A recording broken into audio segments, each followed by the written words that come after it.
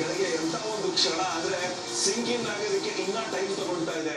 And clear ಆಗಿ celebrations ಬರೀ ಅಹಮದಾಬಾದ್ ಅಲ್ಲಿ ಮಾತ್ರ ಅಲ್ಲ, ಬೆಂಗಳೂರಿಂದ ನಮಗೆ ಸುದ್ದಿ ಬರ್ತಾ ಇರೋದು ರೋಡಲ್ಲೂ ಯಾವ ರೀತಿಯಾದ ಒಂದು ಮೆರವಣಿಗೆ ನಡೀತಿದೆ, ಸಂಭ್ರಮ ನಡೀತಿದೆ, ಆ ಒಂದು ಫ್ಯಾನ್ಸಿನ ಕೂಗಾಟ, ಆ ಒಂದು ಸೆಲೆಬ್ರೇಷನ್ಸ್. ಸೊ ಇದು ಬರೀ ಅಹಮದಾಬಾದ್ ಅಲ್ಲಿರೋ ಗ್ರೌಂಡ್ ಅಲ್ಲಿ ಮಾತ್ರ ಅಲ್ಲ, ಕರ್ನಾಟಕ ಭಾರತದ ಮೂಲೆ ಮೂಲೆಯಲ್ಲೂ ಕೂಡ ಈ ಸೆಲೆಬ್ರೇಷನ್ಸ್ ನಡೀತಿರುತ್ತೆ. ಹೌದು, 17 ಇಯರ್ಸ್ ಒಂದು ಲಾಂಗ್ ವೇಟ್ ಆಗಿದ್ದು, ಬಟ್ ಈಗ ಕಳೆದ ವರ್ಷ ವಿರಾಟ್ ಕೊಹ್ಲಿ ಅವರು ಹೇಳಿದ್ದು ಅದು ಇವಾಗಿಂದ ಶುರು ಆಗಿದ್ಯಾ, ಒಂದು ಹೊಸ ಅಧ್ಯಾಯ ಶುರು ಆಗಿದ್ಯಾ.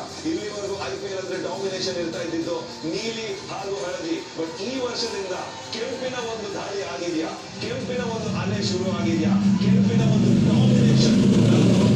ಯಾಕೆಂದ್ರೆ ಆ ರೀತಿಯಾದ ಒಂದು ಚಾಂಪಿಯನ್ ಸ್ಟಫ್ ಅನ್ನ ಗೇಮ್ ಆಫ್ಟರ್ ಗೇಮ್ ತೋರಿಸಿರೋದು ಬೌಲರ್ಸ್. ವಿರಾಟ್ ಕೊಹ್ಲಿ ಹೇಳಿದಂಗೆ ನಮಗೆ ಈ ಟೂರ್ನಮೆಂಟ್ ನ ಗೆಲ್ಸ್ಕೊಟ್ಟಿದ್ದು ಅದೇ. ಇತಿಹಾಸದಲ್ಲಿ IPL ಇತಿಹಾಸದಲ್ಲಿ RCB ಯ ಒಂದು ರೆಕಾರ್ಡ್ಸ್ ತೆಗೆದು ನೋಡಿದ್ರೆ ಇಷ್ಟು ಬಾರಿ ಯಾವುದೇ ಒಂದು ಸತಿ ಬೌಲರ್ಸ್ ಗೇಮ್ ಅಲ್ಲಿ ವಾಪಸ್ ಕರ್ಕೊಂಡ್ ಬಂದಿದ್ದ ಸನ್ನಿವೇಶ ಇರಲಿಲ್ಲ. ಅದು ಈ ವರ್ಷ ಆಗಿದೆ.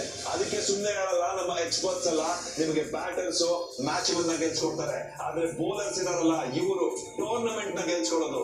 ರಜತ್ ಪತಿದಾರ್ಗೆ ಆ ಒಂದು ಸೂಚನೆ ಇತ್ತು, ನನ್ನ ಜೊತೆಗೆ 5 ಜನ ವರ್ಲ್ಡ್ ಕ್ಲಾಸ್ ಬೌಲರ್ಸ್ ಇದ್ದಾರೆ, 5 ಜನ ಈ IPL ಚಾಂಪಿಯನ್ಶಿಪ್ ನ ಒಂದು ಸೊಗಡನ್ನ ಯಾವ ರೀತಿ ಸವಿಬೇಕು ಸವಿದಿದ್ದಾರೆ, ಅವ್ರಿಗೆ ಆ ಅನುಭವ ಇದೆ. ಇವತ್ತು ಅದೇ ಅನುಭವ ಯಾವುದೇ ಒಂದು ಕ್ಷಣದಲ್ಲೂ ಪ್ಯಾನಿಕ್ ಆಗೋದು ನೋಡ್ಲಿಲ್ಲ.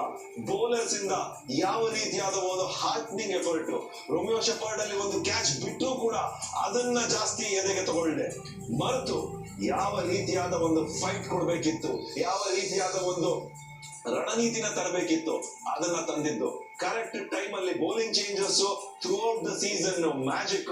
ಅಂಡ್ ಇವತ್ತು ಒಂದು ಫೈನಲ್ ಪುಷ್ ಬೇಕಿದ್ದು, ಆ ಫೈನಲ್ ಪುಷ್ ನ ನಿರ್ವಹಿಸಿರೋದು, ಈ ರೀತಿಯಾದ ಒಂದು ಚಾಂಪಿಯನ್ಶಿಪ್ ನ ಅವ್ರು ಹಾಚ್ಕೊಂಡಿರೋದು ಬೇರೆ ಯಾರು ಅಲ್ಲ, ನಮ್ಮ ಹೆಮ್ಮೆಯ ಟೀಮ್ RCB.